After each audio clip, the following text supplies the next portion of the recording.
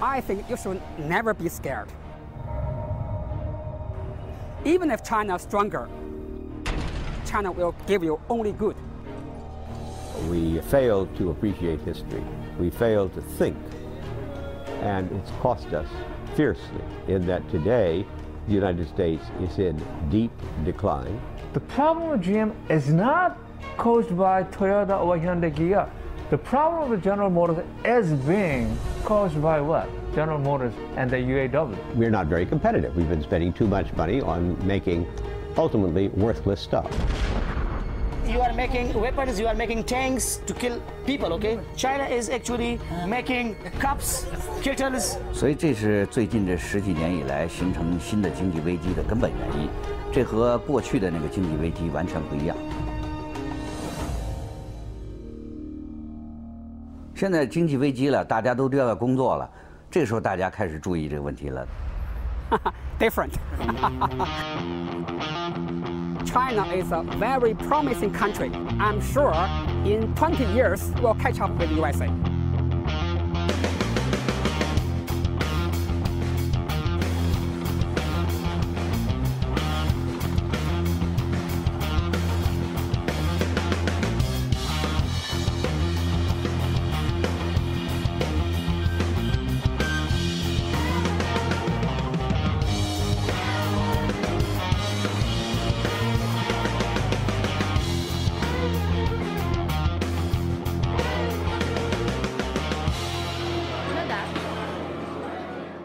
The world hegemon has historically always been the world's most powerful economic nation. The United States hasn't been the most powerful economic nation for a long time now. And it doesn't look like it's going to come back.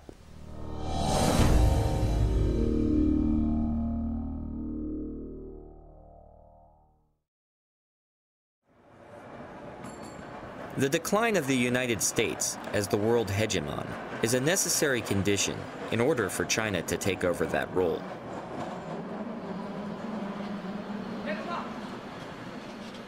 But does hegemon necessarily mean empire? Hegemon simply refers to an overarching power. By empire, then, I think it's a little bit like pornography. You know it when you see it.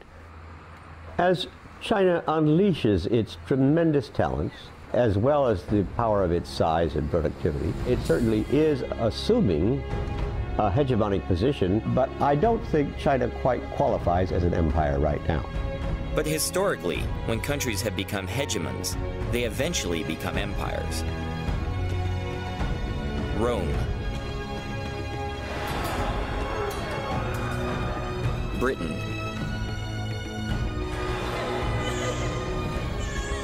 Germany,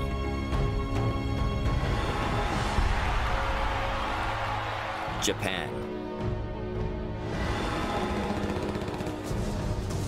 Russia, and let's not forget the United States.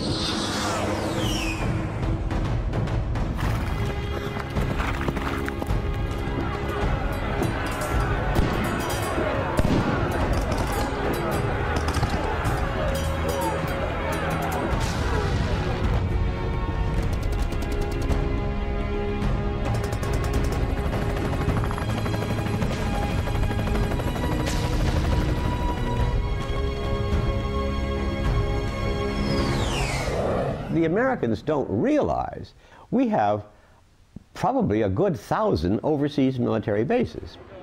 China doesn't yet have this military capability. But what happens when it becomes the world's #1 economy? Will hegemony lead it to become the world's next empire? Or does it provide a much-needed balance to American militarism? Should we be afraid?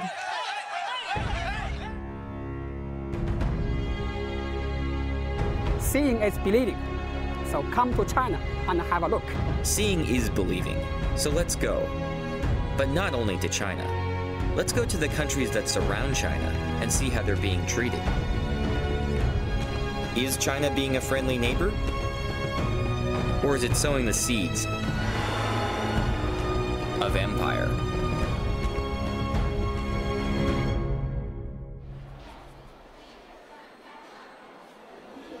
China already uses its neighbors to play big country politics.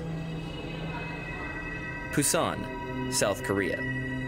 One of the world's major shipping ports, and evidence of the successful industrialization of South Korea, whose living standards now rival those of the United States. The US considers South Korea a key ally in East Asia, and it hopes that China will help to resolve the growing nuclear threat posed by neighboring North Korea. Like much US policy, it misunderstands Chinese interests.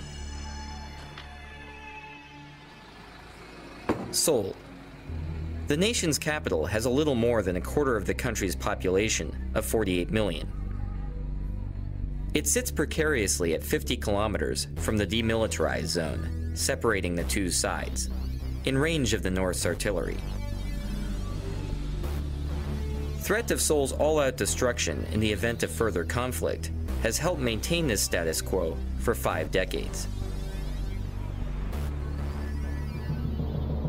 Just how serious a threat is North Korea's development of nuclear weapons?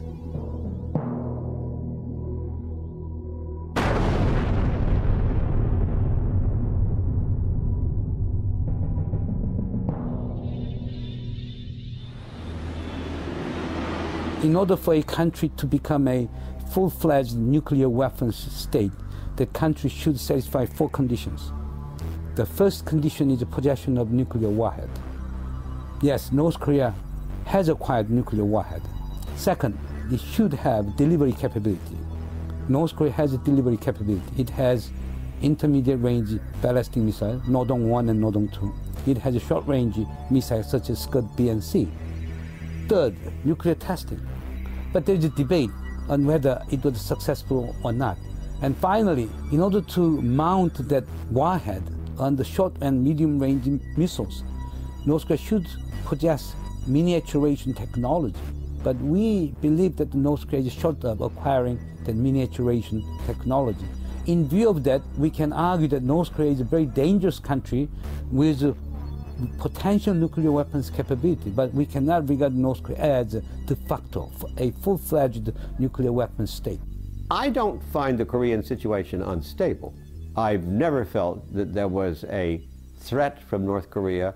I've never thought for a minute there was a single North Korean that was even slightly suicidal.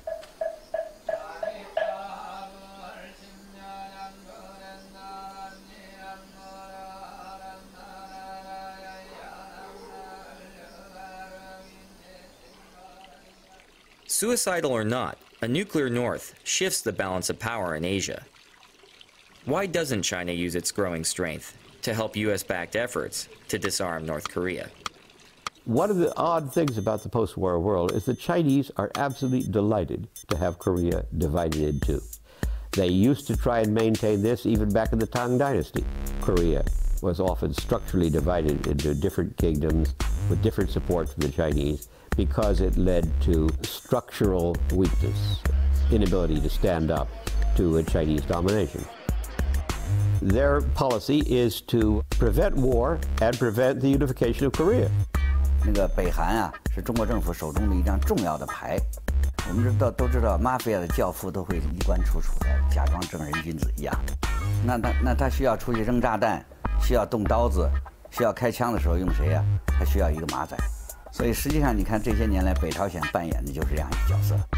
Initially, when let's say we go back to the January and February 2003, what the Bush administration wanted was, press China in such a way that China would impose sanctions on North Korea. China didn't want it.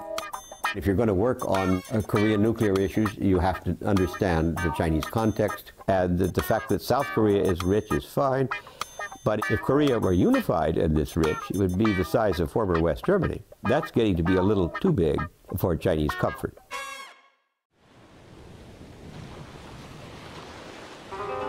If Korea is a traditional tributary state that China manages through division, then how will it deal with Korea's bigger and wealthier neighbor, Japan, whose rivalries with China have spanned centuries? The answer depends not only on the intentions of the Chinese government, but also on the attitudes of the Chinese people. Like Korea, Japan has traditionally been a part of the Chinese cultural area. But it has also been fiercely rebellious. After Japan became the first Asian nation to industrialize, it used its newfound strength to create a modern empire and subjugate its Asian neighbors.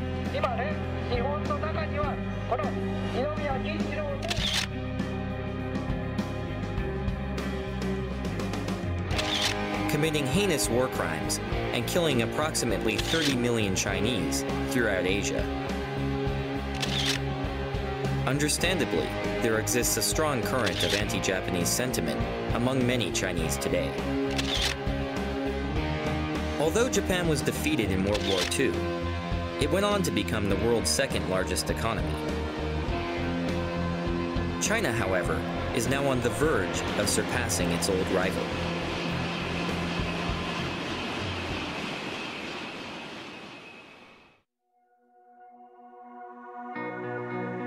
To many, both inside China and out, the 2008 Beijing Olympics were a symbol of China's rebirth as Asia's preeminent power.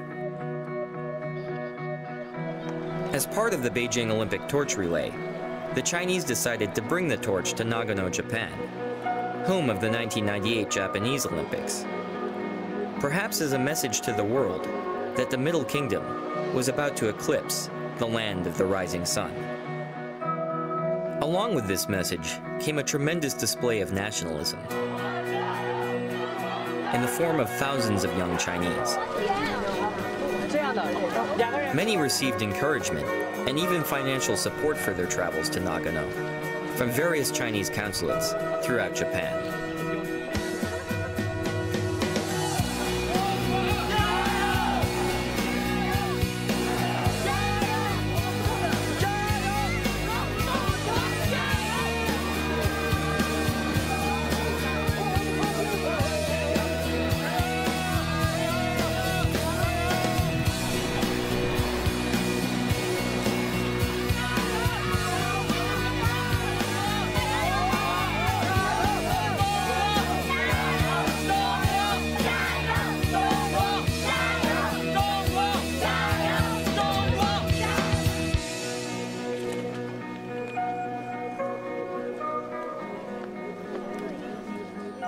The Chinese government requested that the relay begin at Zenkoji Temple, the same starting point as that of Japan's 1998 Olympics.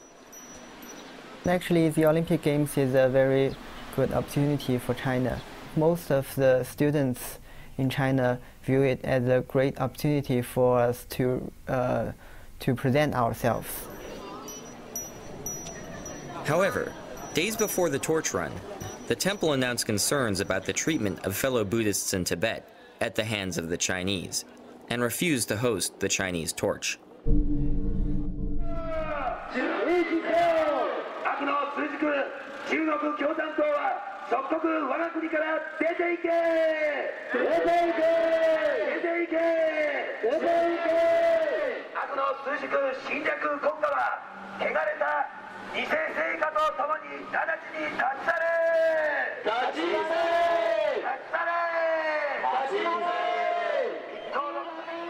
The event attracted a large number of loosely associated protesters who took the torch relay as an opportunity to voice grievances against China.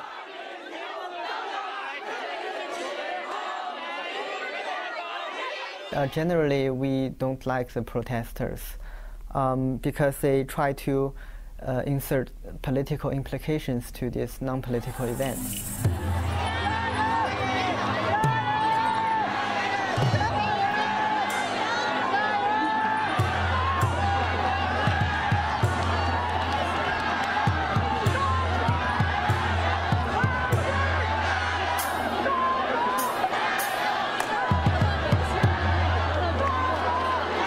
Beyond being a window on Chinese nationalism, the Nagano torch relay provided a glimpse into the situation of some of China's various ethnic minorities, and begged the question, is China really the unified multi-ethnic nation that it portrays?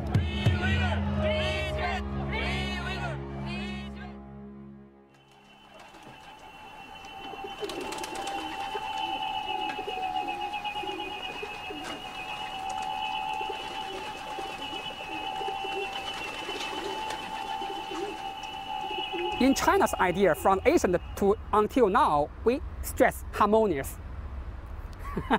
Harmonious. You know Confucius? Kongzi, Confucius? Yeah. From his period, 2,000 years ago, he teaches us, be friendly. No matter where you come from, all corners of the world, we are one family. We are friends. The Olympics provided an opportunity to see if the harmonious society was a reality or simply propaganda. We headed to Xinjiang, meaning new territory, to watch the Olympic torch relay in Kashgar.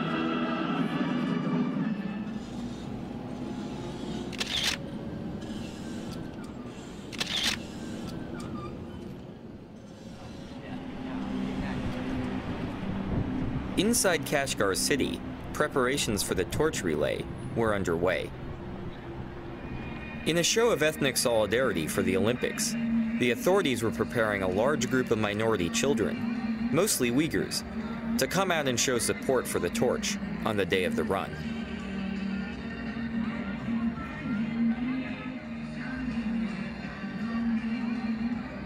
The event itself, however, was sealed off from the public.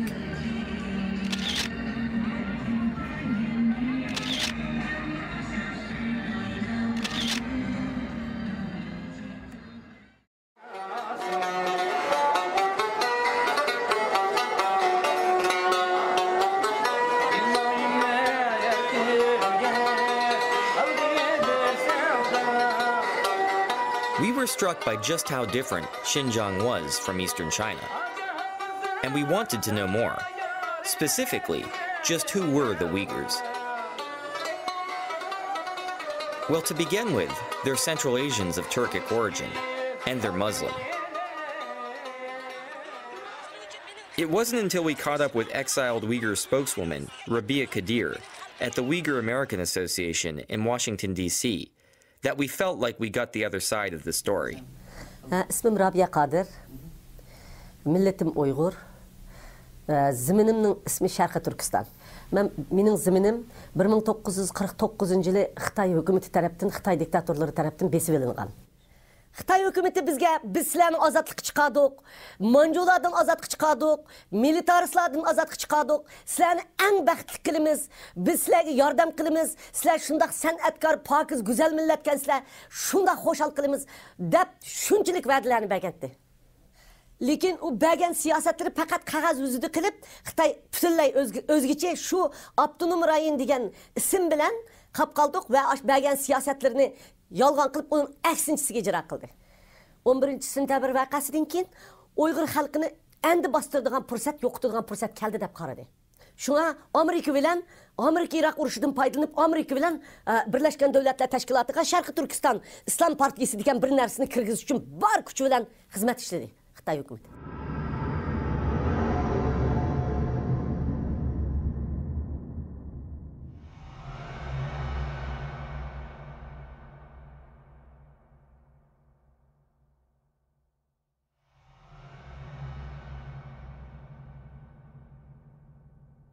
U maqsadını amalga oshirdi. 这个责任在布什政府，中国政府从来都有这样的企图，但是一般来说，西方国家是不会跟他在这方面合作。可是非常不幸的是，布什政府居然鼓励了中国政府，就是把新疆的这个反对派列为恐怖组织。我想这是非常不公平的。Biz faqat mushlarning yordamiga erishyapmiz. Lekin Xitoy bizni bularga terrorist ko'rsatyapti. Ularga bizni g'arbparast ko'rsatyapti.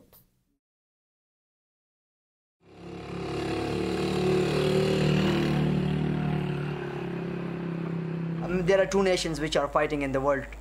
One is America, one is China. So America is using brutal way, which is war, and there is a lot of losses. And China is using a peaceful way and civilized way, where there is no loss.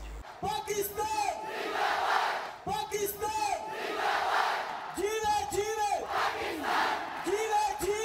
They don't interfere, okay, in other country. It is not like America. It is not like America who interfere in the entire world.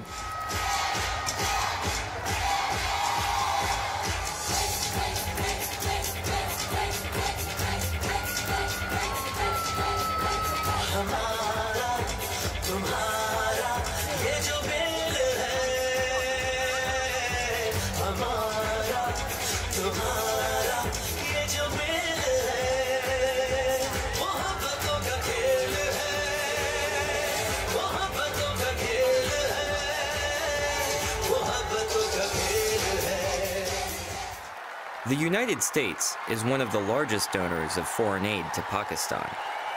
But most of this money is spent on American-made arms and weapon systems. The Pakistani military justifies such spending as being necessary to defend against the imagined threat of its archenemy, India. American aid, therefore, does little to help actual Pakistanis.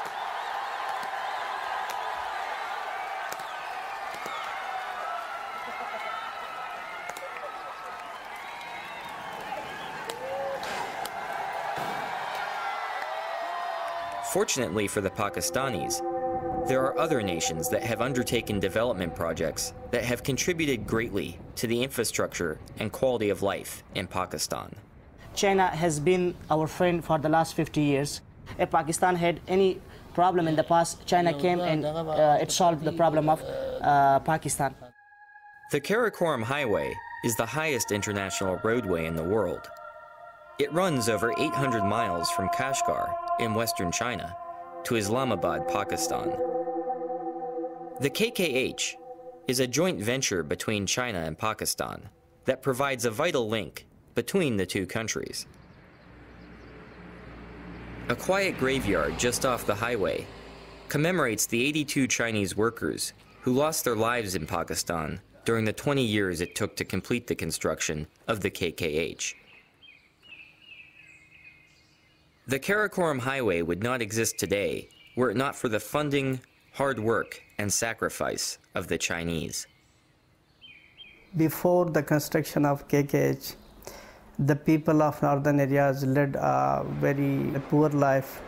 After construction of KKH, we experienced different sort of changes, culturally, economically, socially, and politically even.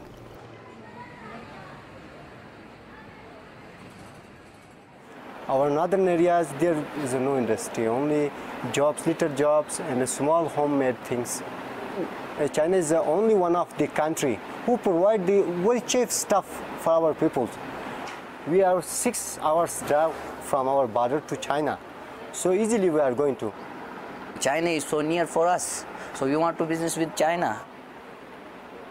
In addition to inexpensive consumer goods, Chinese technology is also brought to Pakistan through the Karakoram. The Chinese technology is very cheap, so the local authorities and Pakistani government accept their bids and they allow them to establish their projects. There is an agreement between Chinese government and Pakistani government for widening the KKH, for laying the railway line as well as gas pipeline. So the local population is very happy. They will benefit it. The Chinese have also begun other mega projects in Pakistan, such as investing $200 million in the construction of Gwadar Port on the southern coast of the country. Gwadar is considered by the Chinese as their avenue to a warm water port. A port which is strategically close to where oil supplies go through, a port which gives them access to the Indian Ocean and the Arabian Sea, a port that they can use as a trade corridor. So there's the whole idea of linking Gwadar through Balochistan, onwards up through northern Pakistan, through the Karakoram Highway, going on through Xinjiang and onwards into Central Asia. While most of these plans have yet to become reality, they reflect the ongoing and serious interest of the Chinese in maintaining close ties with Pakistan.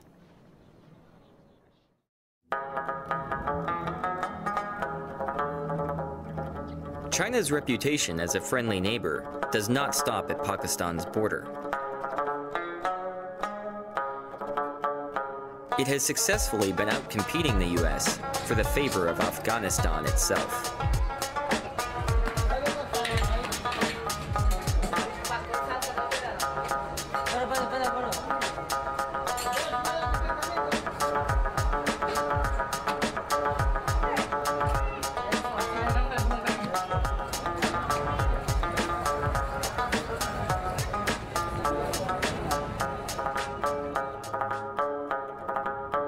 After nearly 30 years of war, abandoned artillery litter the landscape of Afghanistan like tombstones marking the graveyard of empires. We have enough experience with the war. We fought the Soviets. At the end, that superpower was broken.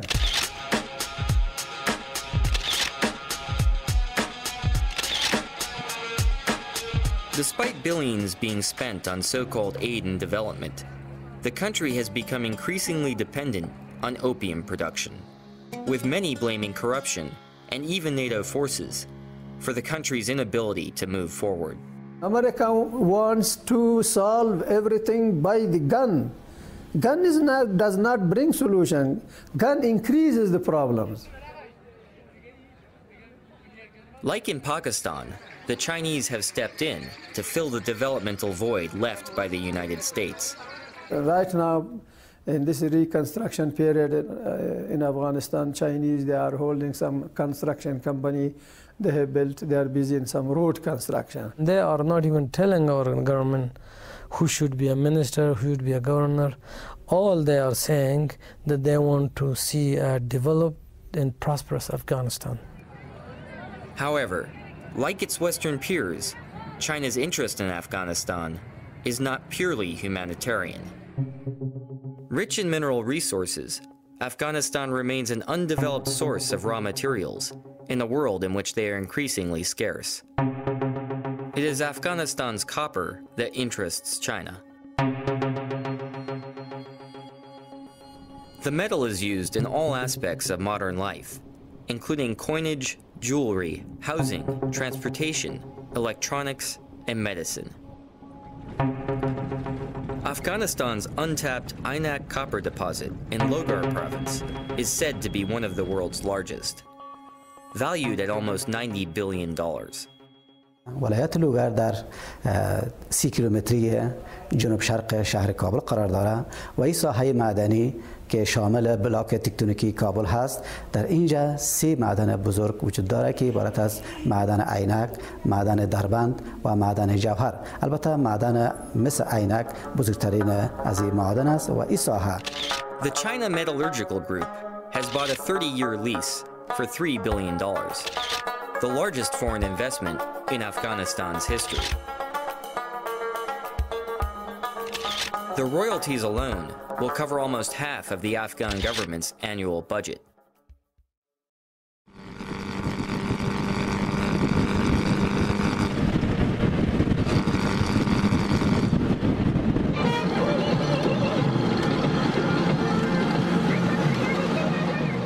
India, home of 1.2 billion people. In 20 years, it will have a bigger population than China. Its economy continues to grow year after year, and it's the world's largest democracy. Could India provide a cultural and strategic counterbalance to China? One of the main balancing forces in the emerging world of Asia, South and East Asia, is going to be India and China, that neither is going to feel comfortable with one achieving a position of superiority, least of all any claims to hegemony. I would assume Asia is a target for the Chinese. They would like to put Asia under its control in economic terms, in political terms, in strategic and military terms. This is where China has been active. If you were to look around Asia, China has replaced the US as the largest trading partner for almost every country in the region. India-China trade has been growing rapidly, and a trade route has even been opened that directly connects India and China through Tibet. Indeed, India-China trade has crossed India-US trade in terms of sheer numbers. There's a growing trade relation, bilateral relation between these two countries. I think that gives Chinese a certain power, which people will look over their shoulder twice before they do or say something that gets Beijing upset. Chinese have committed a lot of atrocities, and they've been allowed to get away with it because they've been isolated for so long. There's a period where no one knows what went on in China, and now that they've opened up, they're still sort of acting with impunity because of the economic incentive. Countries aren't willing to speak out. Trade has lately become very China-driven. India is always very careful about the Tibet issue and also with its vis-a-vis with its relation with China? I think it's a tightrope that New Delhi has to walk between its increasingly closer relations with Beijing and also keeping Tibetan refugees population satisfied as much as we can.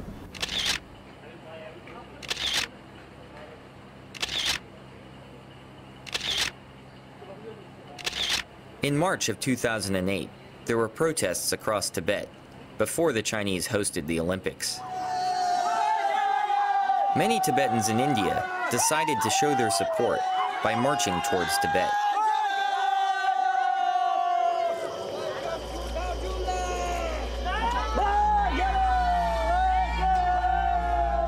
When we led this march,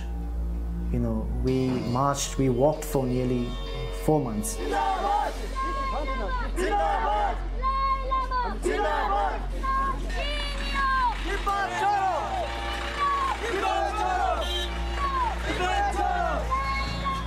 Indian central government, they have sent us an order saying that you can't move out of this district, Kangra district. India will not allow Indian territory to be used by any Tibetan protesters to undertake any political activities. At Beijing's request, Delhi had its own police enforce the wishes of the Chinese government by cracking down on the protesters. Yeah, China is very clever, and it can use any country for their own benefit at any point of time. So when we were reaching the district border, very early morning, the police stopped us. So from our side, because we were trained, what we did was we sat down on the road in the middle of the road, and we started praying. And some people were crying, and we all got locked ourselves. We started praying, and that made it impossible for them to get angry. And they have their own responsibility. They have their duty to perform. They have to arrest us.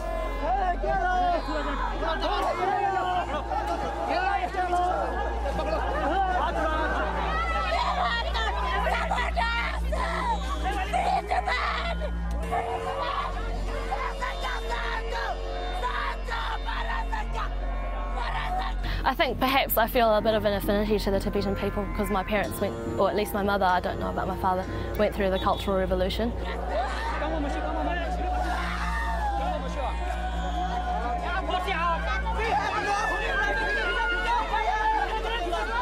It's just weighing on me a little bit because everyone thinks I'm Tibetan when I'm here, which is lovely because I've really grown to love the Tibetan people. But before I came here, I was warned by a lot of local Indian people and also tourists that had been here. When I told them that I was Chinese, they were really surprised.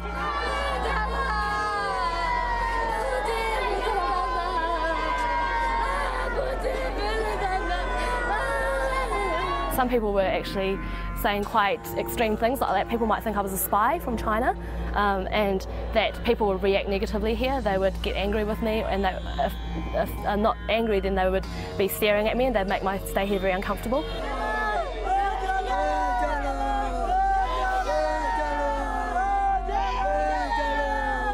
I had to decide whether I was going to tell people here that I was Chinese, and unfortunately I decided not to.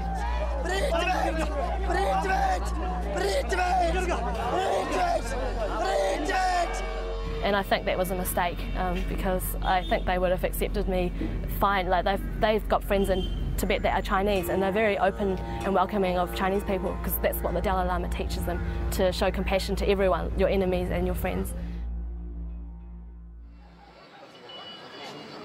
India is not the only country where China tries to control Tibetans outside of its national borders. The T word is predominant vis-a-vis China's relations with Nepal.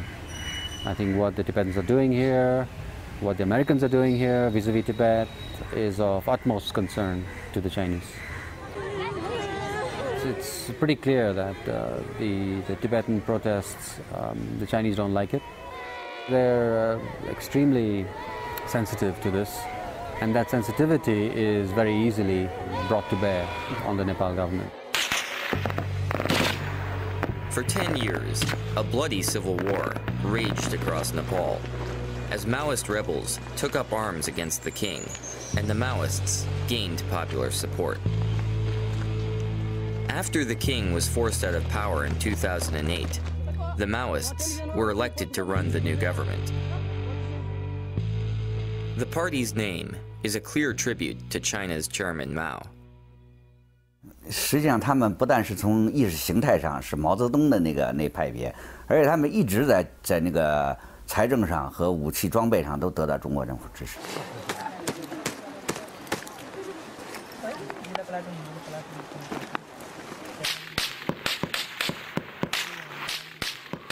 During the Civil War, Sherpas camping in the remote snowy passes of the Himalaya reported seeing caravans of ponies loaded with guns crossing from China into Nepal during the dead of night.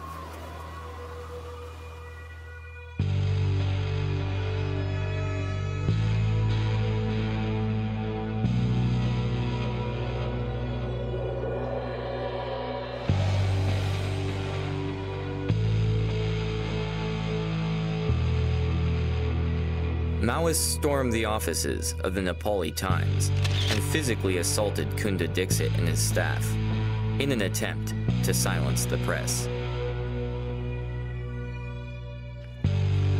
China was able to benefit from the Maoists' willingness to destroy the freedoms of expression in Nepal. In response to pressure from China, Nepal agreed to ban all anti-China activity on its soil.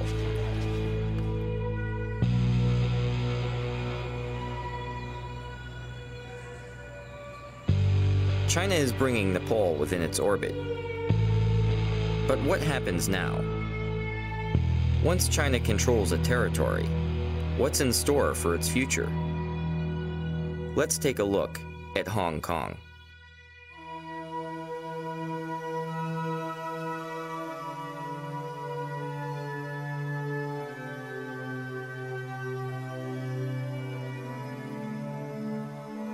Hong Kong is one of the world's most developed cities.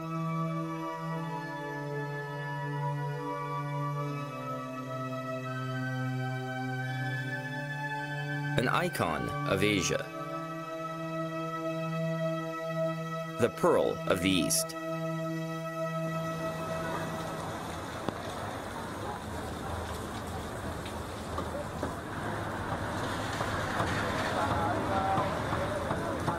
Hong Kong has also long been at the center of imperial disputes. It was taken by the British Empire from the Qing dynasty after the First Opium War. 过去英国的统治能在那儿存在好几十年，是因为中国经济上的需要。因为当时西方的很多工业设备和那个先进的技术是禁止卖给共产党国家，那么香港成为中国转手购买西方技术和西方的产品的一个重要的那个基地。 这是保留香港的最重要的那个原因。After reunification, the Chinese promised to preserve Hong Kong's highly successful laissez-faire economy and its political autonomy, rule of law, and Western-style civil liberties, under a paradigm that would be dubbed "one country, two systems." If you bump into one Hong Kongese on the street, or ask some kind of human rights of activities in Hong Kong, what's the most sensitive test of a one country, two system is Falun Gong issue. The Falun Gong is a modern Chinese spiritual practice that was founded in China in 1992. Our main principles are three words: truthfulness, compassion, tolerance. And we believe that's the principle that the entire universe operates under. Its explosive popularity scared the Chinese Communist Party. On the 20th of July, 1999, it was banned, and a brutal campaign of persecution began in the mainland.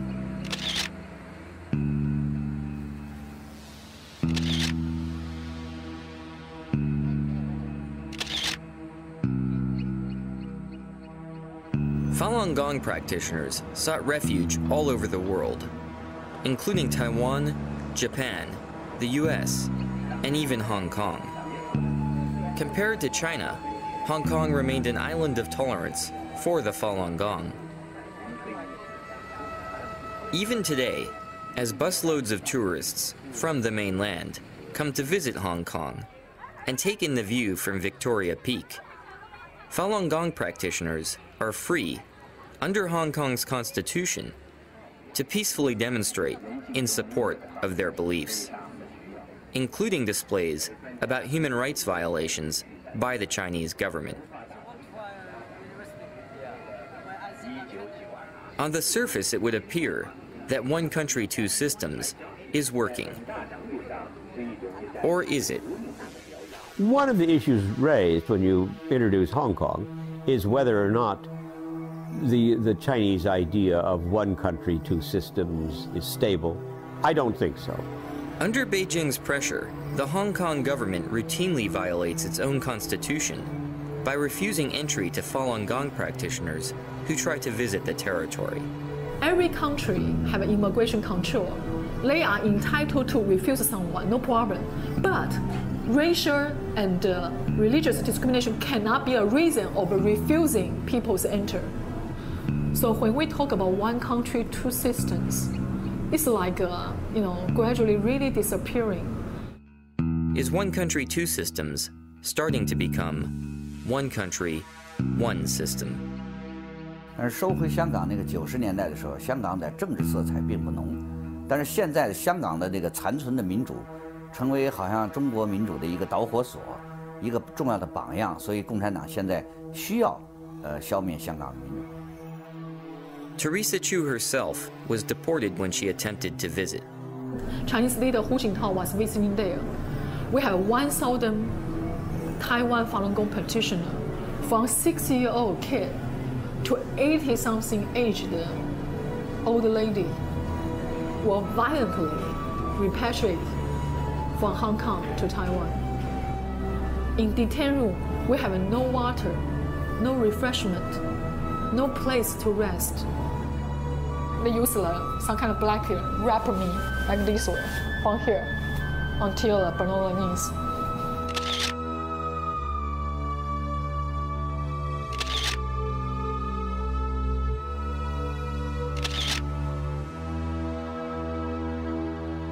So you can see how hostile they are.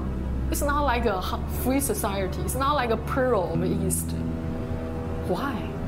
Because the black hand, the invisible hand behind Hong Kong's government, the Chinese regime. 当中国进行经济改革，西方对中国开放那个出售技术和产品的时候啊，香港存在的意义就不大了，所以中国要收回香港。我想香港的民主可能在未来10年中会逐渐消失。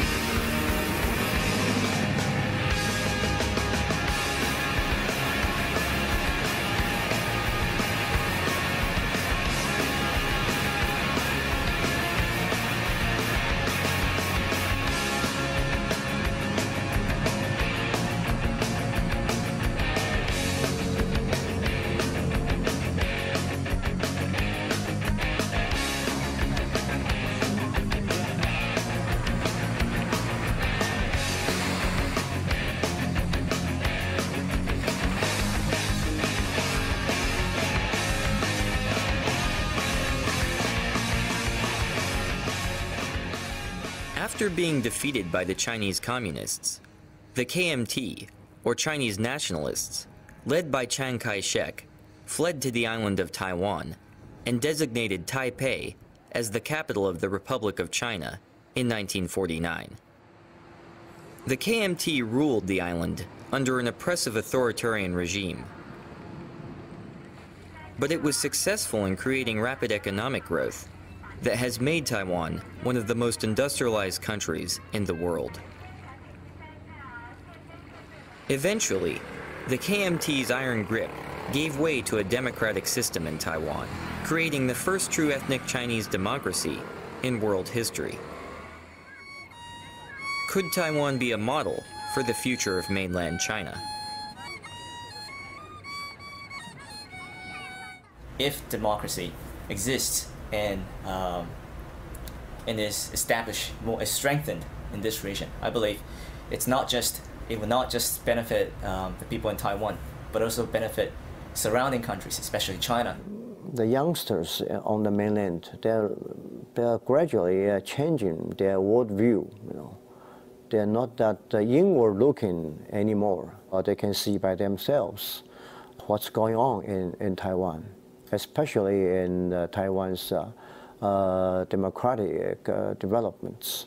它是一个和中国大陆的人一样讲同样语言的、同样的种族的这么一个国家，那么它的民主化对中国老百姓来说是个非常大的刺激。In the long run, we can change the very nature of the Chinese communism, and hoping that someday that mainland China can be converted into a free and a democratic society. We believe that China is moving to a right direction that develops the economy and improves the quality of life of everyone, and at the same time promote democracy and equality.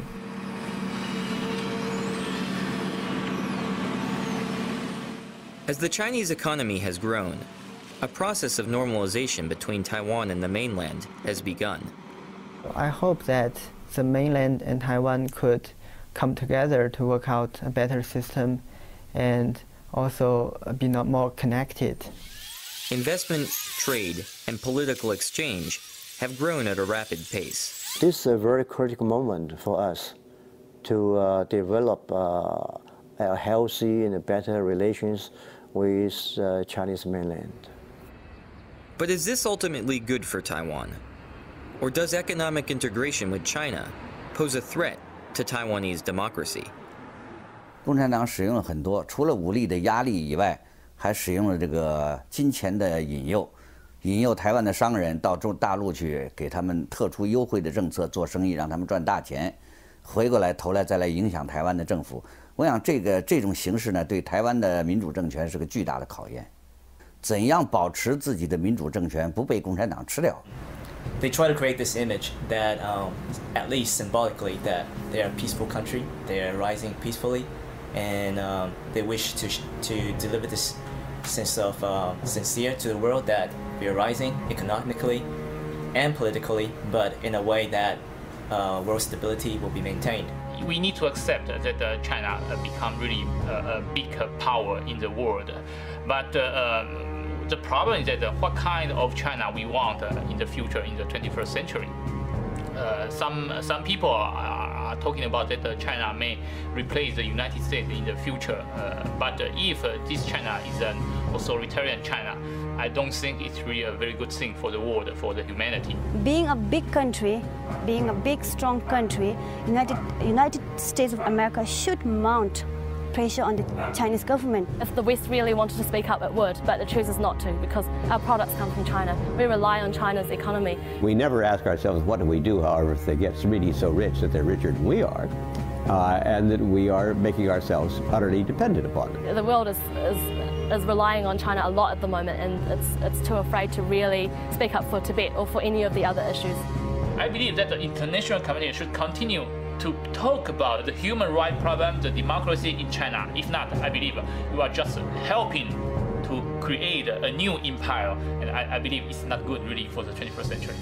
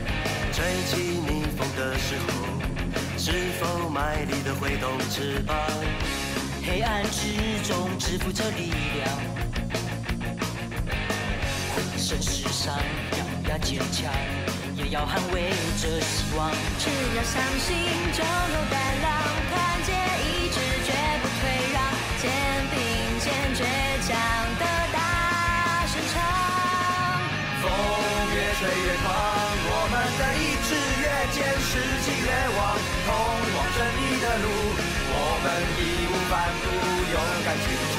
风越吹越狂，我们的步伐更向前跨，意志更坚，士气更旺，逆境中停止北方。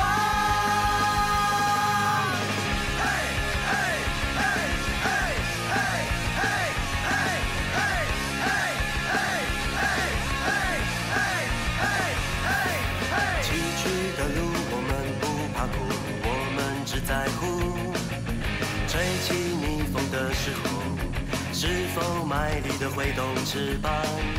黑暗之中支付着力量，